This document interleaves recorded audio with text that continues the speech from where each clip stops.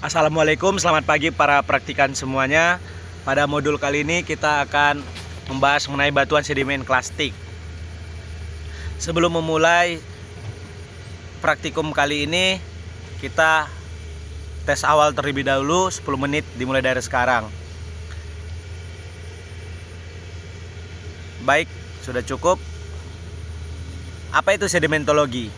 Sedimentologi merupakan salah satu cabang ilmu geologi yang mempelajari batuan sedimen dan proses-proses yang membentuknya, yaitu klasifikasi, asal mula, dan interpretasi endapan dan batuan sedimen melalui Bates dan Jackson 1980.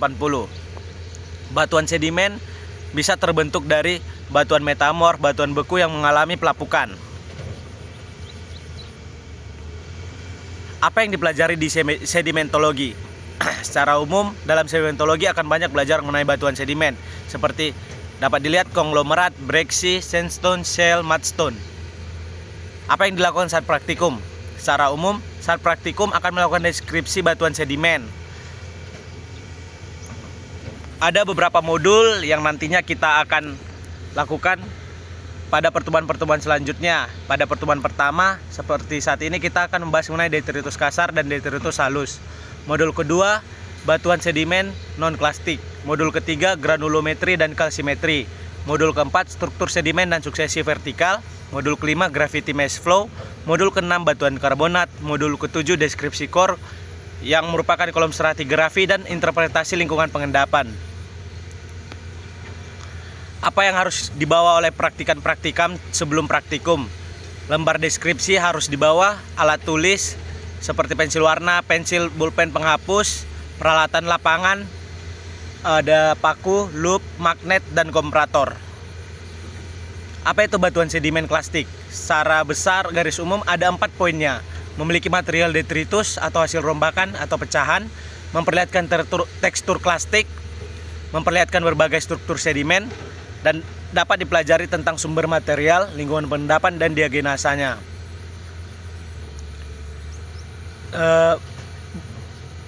Batuan sedimen klastik memiliki 4 bagian, yaitu butiran, matriks, semen, dan porositas. Butiran klastik yang menunjukkan bagaimana sejauh mana batuan sedimen tersebut tertransportasi. Matriks yang lebih halus dari butiran diendapkan bersamaan dengan fragmen. Semen yang merupakan pengikat butiran yang diendapkan setelah fragmen dan matriks, yang dapat dilihat pada gambar bahwa grain merupakan yang gambar putih, pore space merupakan atau porositas yang biru, semennya yang mengikat antara butiran, lalu matriks yang dilihat biru ada bintik-bintik hijau. Pemilahan dan sortasi, derajat kesamaan dan keseragaman butir. Seberapa seragam sih butiran pada batuan tersebut, yang dapat kita lihat menggunakan loop yang nanti dibawa oleh praktikan, seperti very poorly sorted, moderate sorted, very well sorted. Kebundaran yang mencerminkan seberapa jauh tingkat abrasi selama transportasi, yang dapat dilihat contohnya dari angular sampai rounded.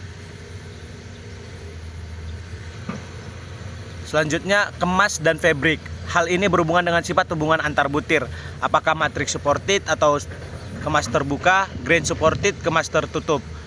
Simpelnya, grain supported dan kemas terbuka dan kemas tertutup ini bisa dilihat dari butiran yang bersentuhan dan tidak bersentuhannya. Dalam klasifikasinya, kita bisa membuat berdasarkan tabel klasifikasi ukuran butir berdasarkan Wentworth 1922, yang dapat dilihat bahwa ukurannya dari 256 mm sampai 1/256 mm, yaitu lempung. Klasifikasi sedimen bisa juga berdasarkan Bapak Koesema Dinata 1980 yang merupakan alumni geologi ITB.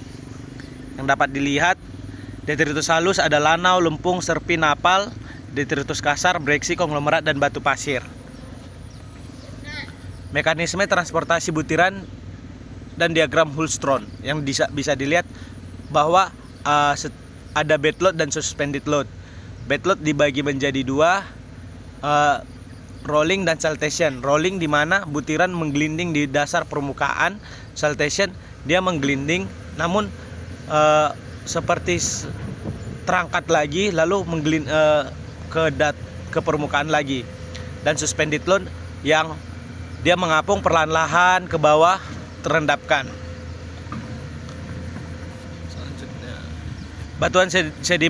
Selanjutnya batuan sedimen klastik detritus kasar.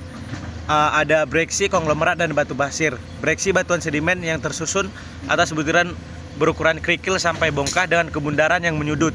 Konglomerat batuan sedimen yang tersusun antara butiran kerikil sampai bongkah dengan kebundaran yang membundar. Batu pasir, batuan sedimen yang tersusun atas butiran berukuran pasir. Yang contohnya bisa dilihat di bagian kiri seperti menyudut merupakan breksi, yang melingkar, membundar itu merupakan konglomerat dan batu pasir. Batuan sedimen klastik detritus halus, batu lanau dan batu lempung. Batu lanau yang biasa disebut siltstone, batuan sedimen yang tersusun atas butiran berukuran lanau 4-62 mikron, dan batu lempung atau claystone, batuan sedimen yang tersusun atas butiran berukuran lempung kurang dari 4 mikron. Yang bisa dilihat contohnya batu lanau, batu lempung. Dan dari sini kita dapat membedakan detritus halus dan detritus kasar berdasarkan ukuran butirnya. Selanjutnya istilah lain pada batuan sedimen detritus halus.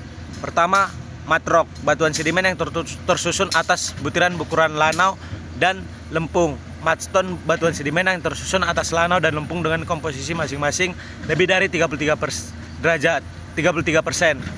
Yang ketiga, serpi, matrok yang menunjukkan struktur menyerpi atau facility yang dapat dilihat pada batuan, ada serpi-serpian pada batuan tersebut.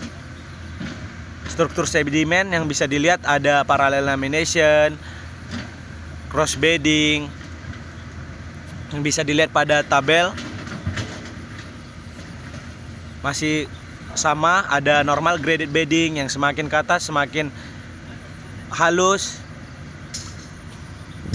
Struktur sedimen pada batuan ini bisa dilihat ada parallel lamination, ada cross lamination, ada cross bedding, dan ada pergabungan dari cross lamination. Apakah ada pertanyaan?